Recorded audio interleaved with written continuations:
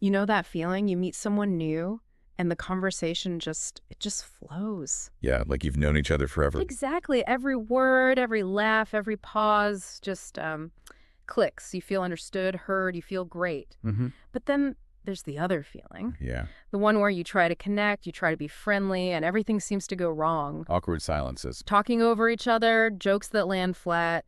You walk away feeling frustrated, misunderstood, and sometimes, honestly, a little bit crazy. We've all been there. That's the central puzzle we're diving into today.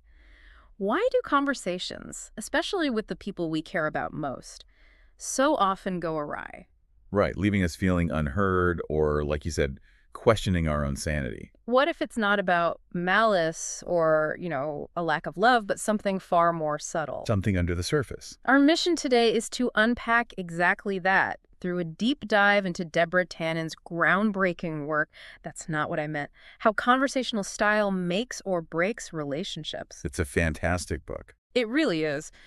Tannen's work, drawing on linguistics, gives us this concrete, kind of surprising way to understand how our relationships are made, maintained, and sometimes, tragically broken just through how we talk. It helps us see that maybe the blame we place on ourselves or others, it's often misplaced. Yeah, like discovering the invisible instruction manual that was missing all along. Mm. So let's unpack this. Well, what's truly fascinating here is how Tannen's linguistic framework helps us understand these invisible processes that shape our conversations. Right.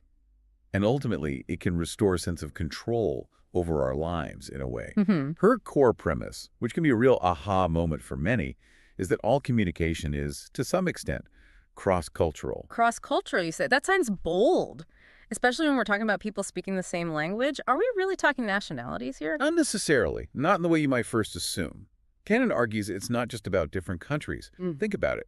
Growing up in different parts of a country, having different ethnic, religious, or class backgrounds, or even just being male or female, all these factors lead to distinct ways of talking. Which she calls conversational style. Exactly. Even, within the same city, two neighbors could have vastly different styles. So even if we use the same words, we might be speaking different, dialects of interaction, different stylistic languages. That's a really powerful idea. It is. And she emphasizes how these, quote, subtle differences in conversational style result in individually minor but cumulatively overwhelming misunderstandings and disappointments. Wow. Cumulatively overwhelming. Yeah. Imagine just a slight pause here, an unexpected intonation there, and suddenly a whole conversation goes off the rails. Right. E.M. Forster, the novelist, actually nailed this perfectly. He said, a pause in the right place, an intonation misunderstood, and a whole conversation went awry. That makes so much sense because when conversations fail, we usually blame ourselves, right? Or the other person or the relationship itself. We look for fault. But Tannen argues it's often the process, these invisible stylistic differences, not the people. That's the real problem. It's like we're trying to build a bridge, but we're each using a totally different blueprint without even realizing it. Yeah. Which brings us to a really crucial distinction Tannen makes, one that goes way beyond just the literal words. She introduces the concept of meta-messages. Right. Meta-messages. We all know words convey information. That's the message. Pretty straightforward. Sure. But how we say those words, the loudness, the speed, the intonation, the emphasis that communicates our attitudes towards each other, the occasion, even what we're saying. And that's the meta-message. Exactly. And it's these meta-messages that we react to most strongly. Tannen gives this classic example. If someone says, I'm not angry, right? Okay. But their jaw is set hard, their words seem squeezed out in a hiss. You won't believe the message, the words, I'm not angry. No way. You'll believe the meta-message conveyed by how they said it, that they are definitely angry. The big insight here is that our emotional radar is almost always tuned to the how, the meta-message, much more than the what. It explains why we can feel a conversation went completely off track, even when the words themselves seemed, fine on the surface. Yeah, that phrase perfectly captures it. It's not what you said, it's the way you said it. Exactly. And it also explains why Tannen challenges the whole idea that small talk or empty rhetoric is meaningless. Right. We tend to dismiss talk that isn't packed with facts. But that ignores the crucial point that people are emotionally involved in basically every interaction. Talking, even about seemingly trivial stuff, is how we build, maintain, and, adjust our relationships. This raises a really important question for all of us then. If we're constantly responding to these unspoken signals, often totally unconsciously, how can we get more aware of them? Yeah, how do we tune into that? Well, linguistics, through concepts like meta-messages, gives us the terms, the language to actually see, talk about, and think about these subtle but powerful forces. It gives us a way to describe the invisible gears of communication. Precisely.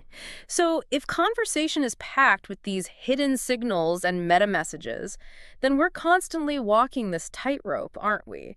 Trying to balance two fundamental human needs that often clash. hmm The need for involvement or connection. And the need for independence or, just being left alone. Tannen uses this great analogy from Schopenhauer about porcupines in winter. Oh, I think I know this one. Yeah.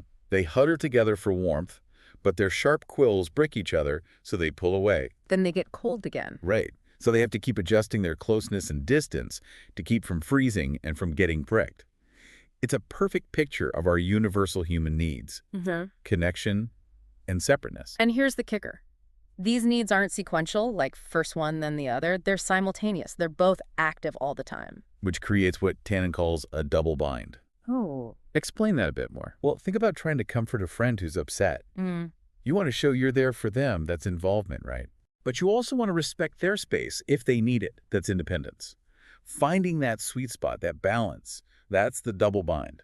Because anything we say to show we're involved with others is in itself kind of a threat to our and their individuality. And anything we say to show we're keeping our distance can threaten our and their need for involvement. It's this constant push-pull. This is where Tannen redefines politeness in a really interesting way. It's not just about formal manners, pinky in the air stuff. No, it's deeper.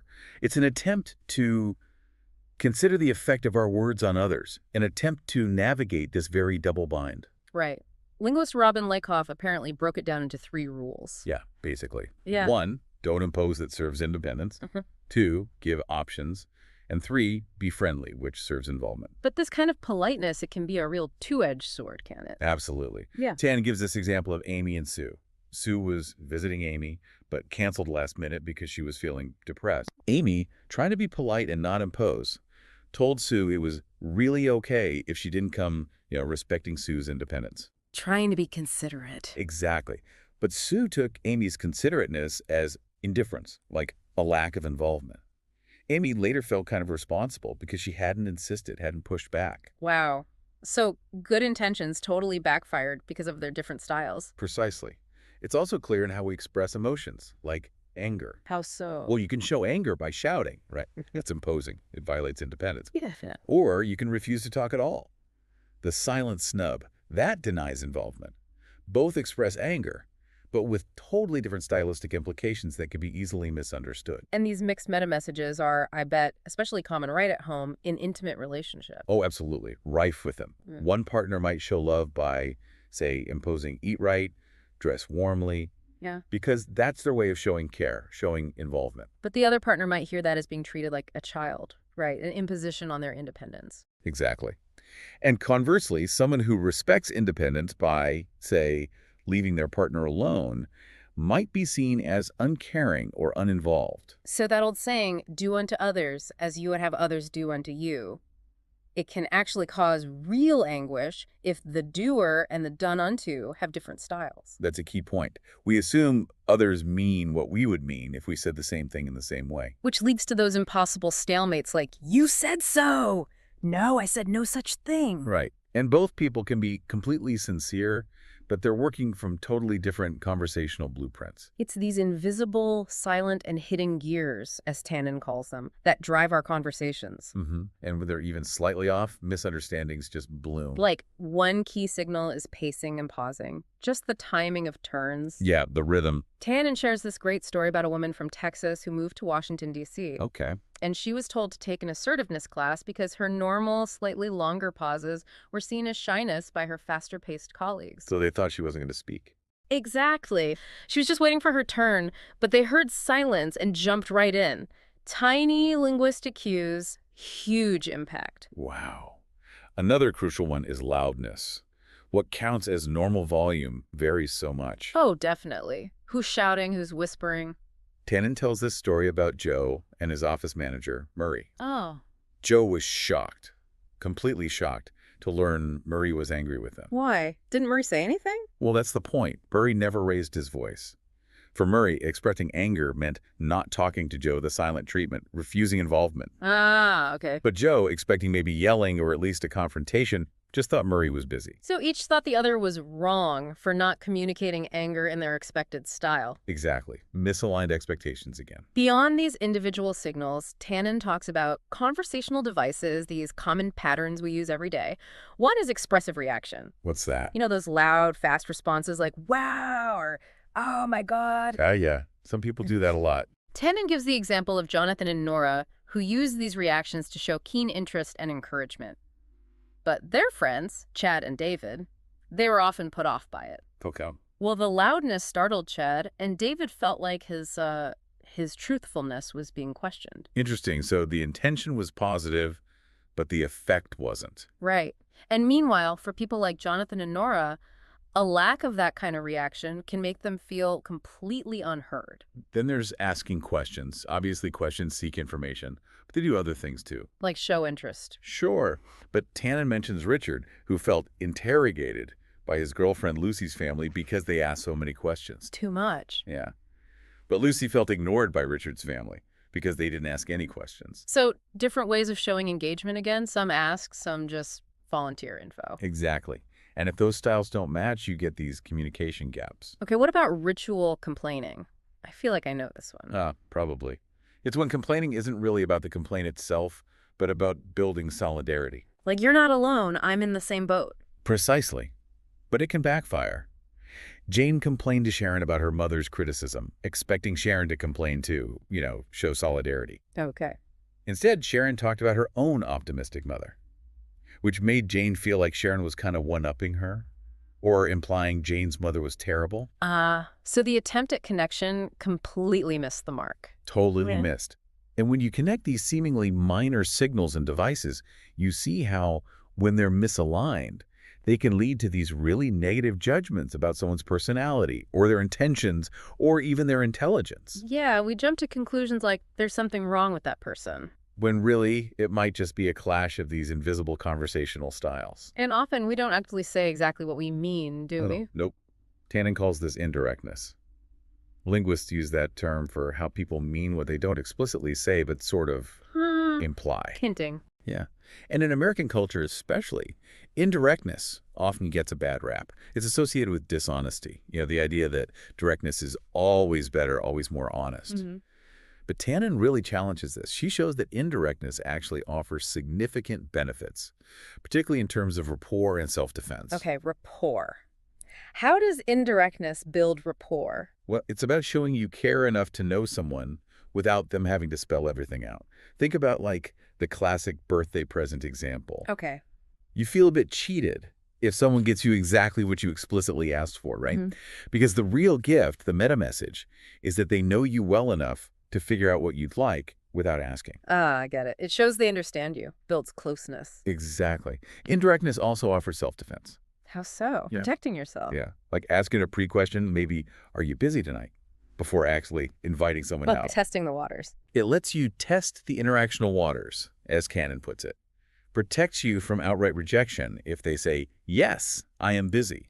You haven't actually asked them out yet. So you don't have to go on record with a request that might get shot down. Precisely. And there's even an aesthetic pleasure to it sometimes. Aesthetic pleasure in hinting. Yeah. Tannen calls it a look ma, no hands kind of satisfaction. When you communicate subtly and the other person kind of breaks the code, it's satisfying for both of you. Fosters a shared sense of cleverness, maybe. Intimacy. Exactly. But the danger, of course, is when one person is hinting and the other person is expecting direct information or just completely misinterprets the hint. Yeah, that's where it breaks down. And Tannen explains why we actually can't always be direct, even if we want it to be. Why not? Seems simpler. Well, first, our words are built on tons of unalerted assumptions. We don't even realize all the unspoken context we're relying on. Second, directness can often be just plain hurtful. Imagine Emma wants to talk to her friend Ruth alone, but her husband is there. Directly telling him he's not wanted, even if he has work to do, would probably hurt his feelings. Right. People believe meta messages more than messages. Exactly. So even saying, I love you, but I need to talk to Ruth alone, might still feel like a rejection, a put-down. This is why that common feeling of being manipulated often comes from differing indirect styles, not actual malicious intent. Everyone's just trying to be decent and comfortable, but their styles clash. That's often the case. So it's not just what we say, but also how we frame it.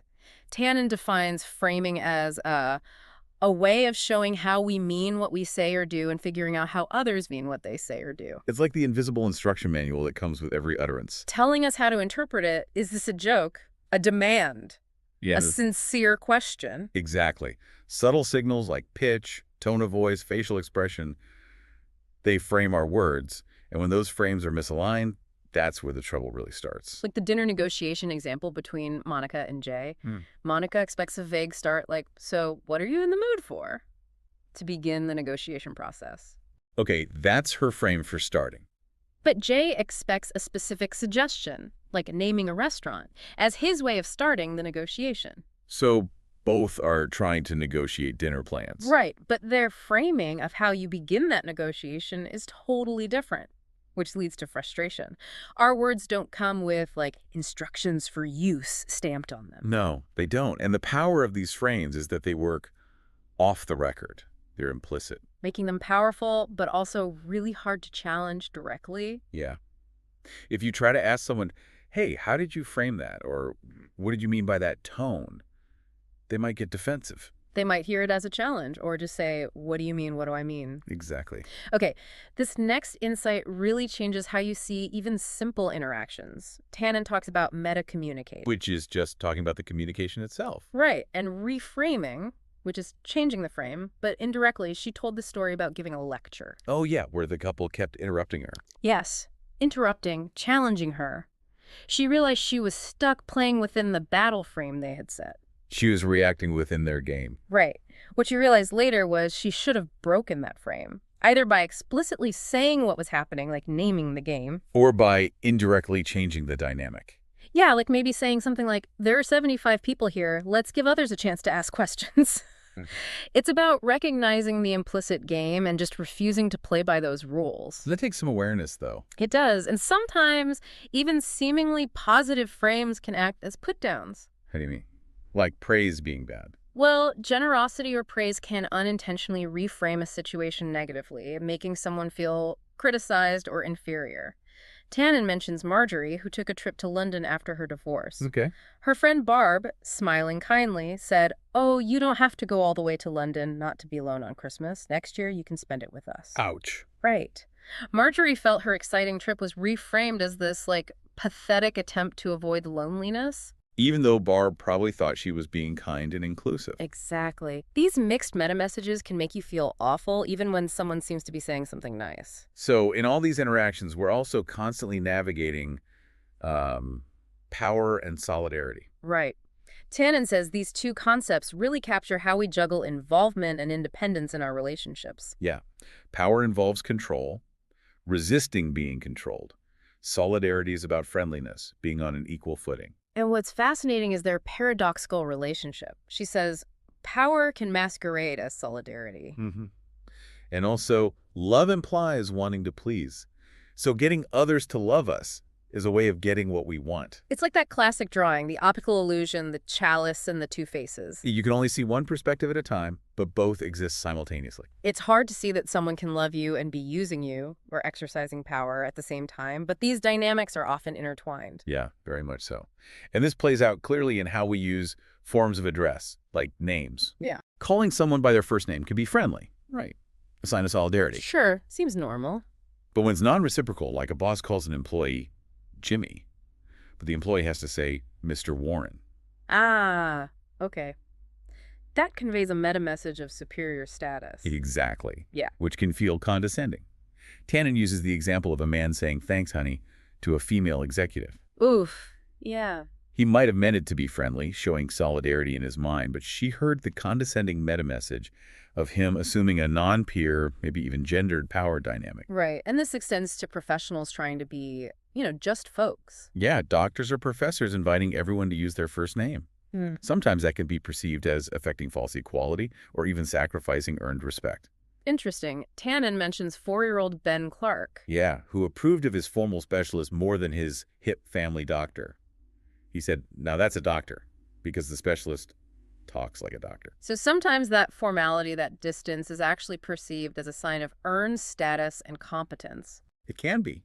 Politeness as distance can be respected, or it can be seen as snobbery. It depends on the frame and the styles involved. So what does this all mean then? In all our communication, we're constantly juggling these competing needs: freedom and safety, connection and individuality. hmm And the same conversational moves can signal involvement to one person and feel like an imposition to another. It's this constant, often really frustrating dance we do in every single interaction. It really is. Which leads us to one of the really big puzzles of close relationships.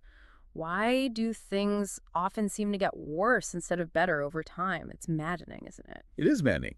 You spend more time with someone, you share more, you open up, and yet the frustrations seem to grow. Why is that? Well, Tannen argues it's partly because love leads to these unrealistic expectations of perfect understanding. We expect our partner to just get us. Exactly. So when misunderstandings inevitably arise, we tragically see them as a failure of love or some personal flaw in them or us. And the more contact people have. The more opportunities there are for these subtle style differences to cause friction. So the common advice to just talk things out can actually backfire. Often, yes. If different ways of talking are the root of the problem, then trying harder usually means doing more of the problematic behavior, intensifying it. Oh, right. This creates what Gregory Bateson called complementary schismogenesis. That's a mouthful. It is, but it just means a mutually aggravating spiral. Each person unintentionally provokes the other to intensify the very behavior that's causing the problem. Like one person gets louder so the other gets quieter or withdraws more. Exactly. Or one gets more insistent, the other more evasive. It's like two magnets pushing each other further apart because their poles are misaligned instead of pulling together. Which is why the conventional wisdom that more time together automatically leads to better understanding, or that honest talk fixes everything, is often just a myth. Right. Tannen mentions Jules Pfeiffer's play Grown Ups, where the couple Jake and Louise try so hard to talk it out, but end up divorcing anyway. Or that real-world example of Jimmy Carter and Helmut Schmidt. More meetings just seem to deepen their mutual dislike. Yet talking more didn't bridge the gap. It's those little frustrations, isn't it? They pile up into this cumulative effect of big frustration. And in close relationships, they can lead to these really negative conclusions about the other person's personality. She's just unreasonable, or he's totally uncooperative. And small things become huge deals because they get framed by that overriding question: do you love me enough? Precisely. Take the Mike and Ken salad dressing fight Tannen describes. Okay, salad dressing. How bad could that be? Well, Ken made an ironic comment, oil and vinegar, what else? Mike took it completely literally as a demand and a put-down. He missed the ironic meta message. Completely. It led to this huge fight and eventually their breakup. Mike thought Ken was being demanding and critical. Ken couldn't understand why Mike was so temperamental. Both felt totally misunderstood, believing the other had a personality defect or just lacked caring. When, Tannen argues, it wasn't really a failure of love, but a fundamental clash of unexamined conversational styles. Wow. And Tannen really emphasizes that male-female communication in particular is inherently cross-cultural. Yes, because boys and girls tend to grow up in different social worlds, even in the same house. They learn different ways of talking, different expectations. Like, she says many women feel, you should know what I want without my having to tell you. While many men feel, we should just be able to tell each other what we want directly. That difference alone explains so much. It even plays out in how we use pronouns. Yeah, the I versus we thing. Morton says, I think I'll go for a walk. Okay. His partner, Harriet, feels uninvited. She expects something like, shall we go for a walk? But Morton sees no issue, right? He'd expect her to just ask if she wanted to come along. Exactly. He's prioritizing his independence, maybe assuming hers too.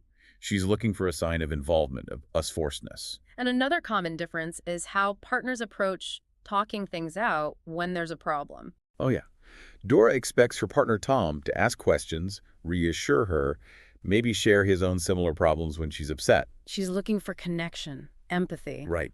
Instead, Tom offers advice, tries to fix it, maybe sidetracks, or cracks jokes to lighten the mood. Which leaves Dora feeling criticized or unheard. While Tom thinks he's being helpful and supportive, He feels dismissed when she rejects his solutions. And the classic, "you're not listening to me" complaint, that's huge. Mm-hmm. Tannen points out that women often use listening noises.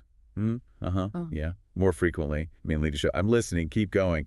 It's about maintaining the connection, the relationship. Okay, the process of listening. Right. Whereas men, she suggests, often use those same noises more to signal agreement with the content of what's being said. Means I agree. Ah. So if a man isn't saying, the woman might think he's not listening at all. Exactly. If a woman is saying, the man might think she agrees with him when she's just signaling she's following along. Leading her to feel he's not listening, and him to feel unjustly accused when she later disagrees. Each is doing what feels natural, but the meta messages totally clash. It's a perfect storm for misunderstanding.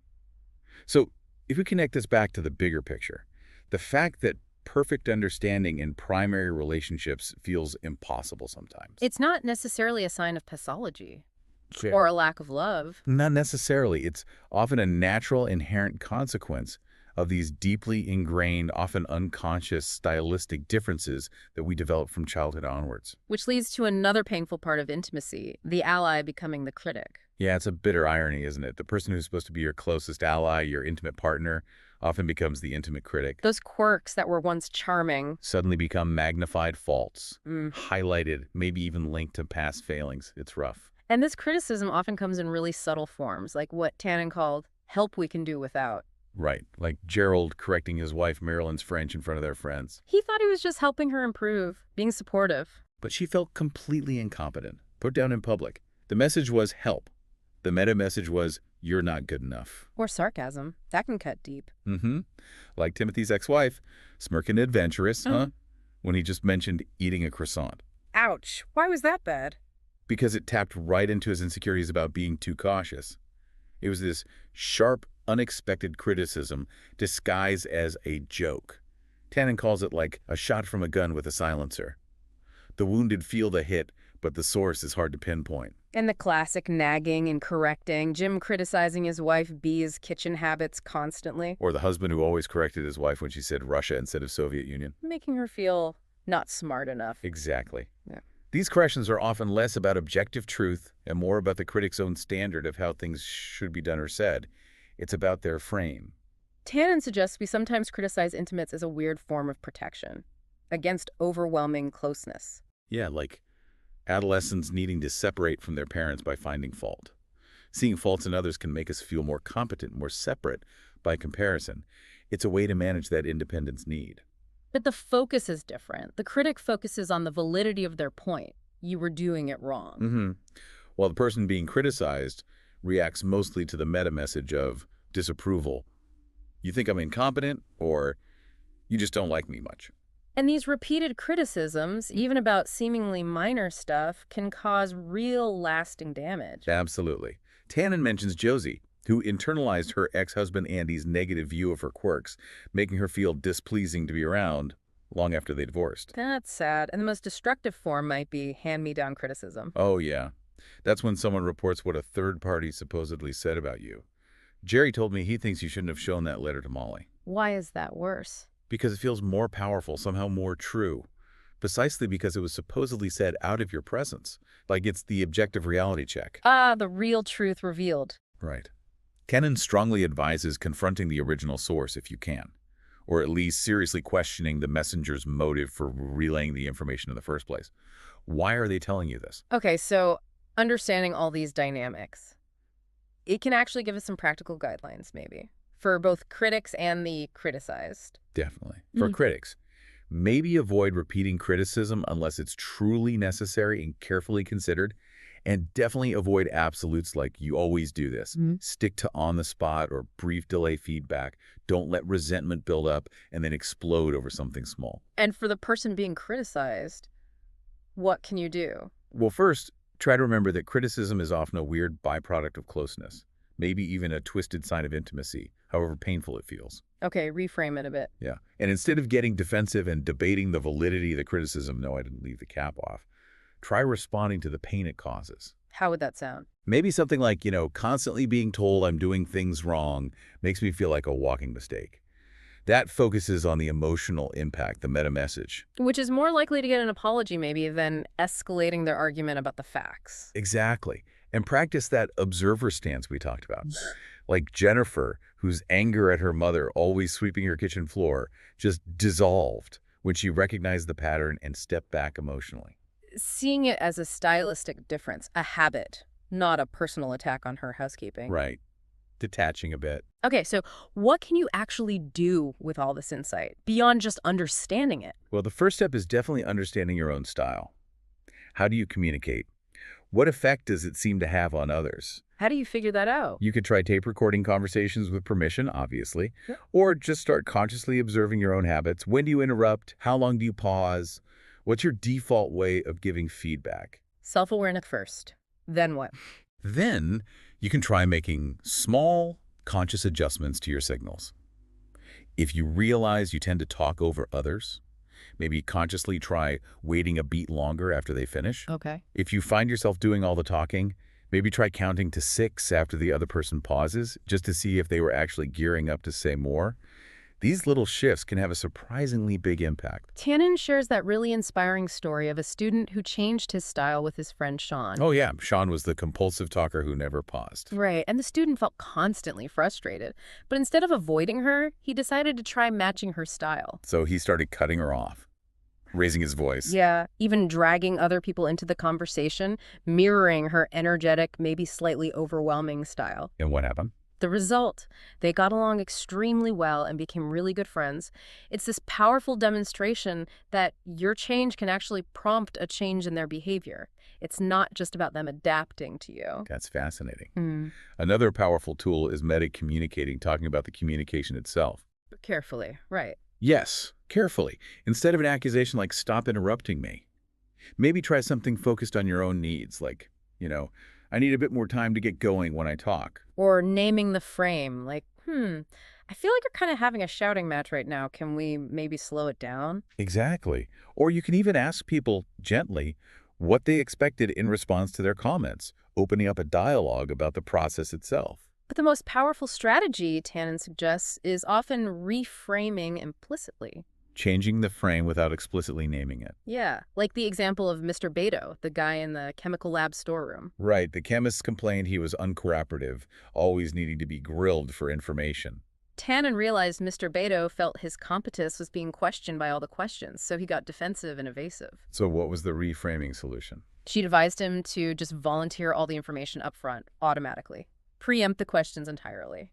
Ah, so this satisfied the chemist's need for information. Without Mr. Beto having to admit any fault or change his core feeling about being questioned, it completely changed the frame of their interactions from interrogation to information sharing. That's clever.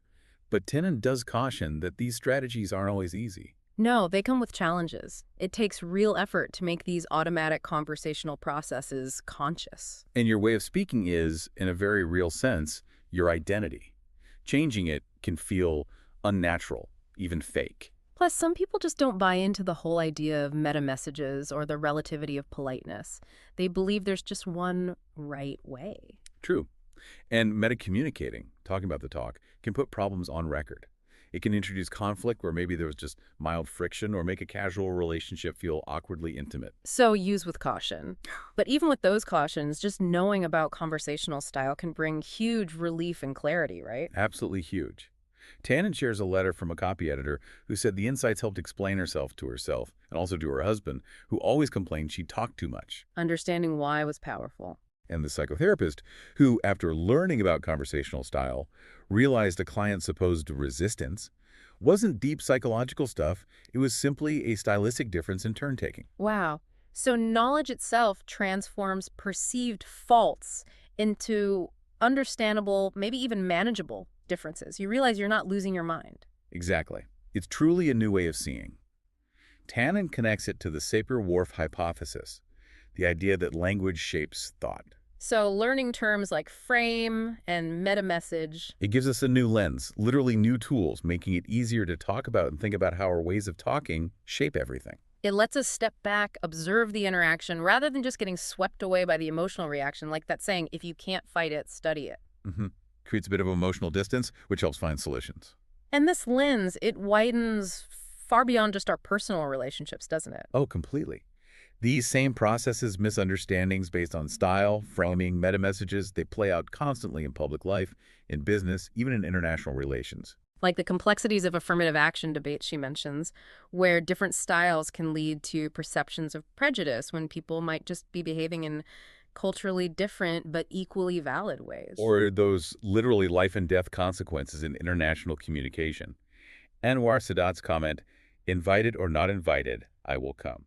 Americans heard it as rude imposing. But in Egyptian culture, it was apparently a formulaic way of expressing goodwill and eagerness. Total style clash. Or that tragic instance with the Egyptian pilot landing in Cyprus.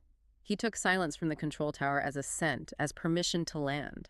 While for the Cypriot controllers, silence meant permission denied, leading to the plane being fired upon. It just powerfully highlights that misunderstanding isn't always malice. These are huge global manifestations of the same communication breakdowns we see in our own living rooms. Absolutely. So the core takeaway, really, from Tannen's work is that so many communication problems stem from these invisible style differences, not necessarily from bad intentions or a lack of love. Understanding meta messages, framing that constant push-pull of involvement and independence. It provides this incredibly powerful lens to view our interaction. It really does. And what does this all mean for us then in the end? That constant, often really frustrating effort to communicate. It isn't a flaw in us or our relationships. No, it seems to be an inherent, maybe even necessary part of the human experience. Remember. As Tannen puts it so well, we keep trying because we need the eggs, the golden eggs of involvement and independence. Right. And the communication chicken, so to speak, can't give us these golden eggs without the challenge of that double bind. Closeness threatens our lives as individuals. And our real differences as individuals threaten our needs to be connected to other people. It's a dance we didn't, and never quite perfect, maybe we can't. But it's a dance that is absolutely essential to our very human nature. We have to keep trying.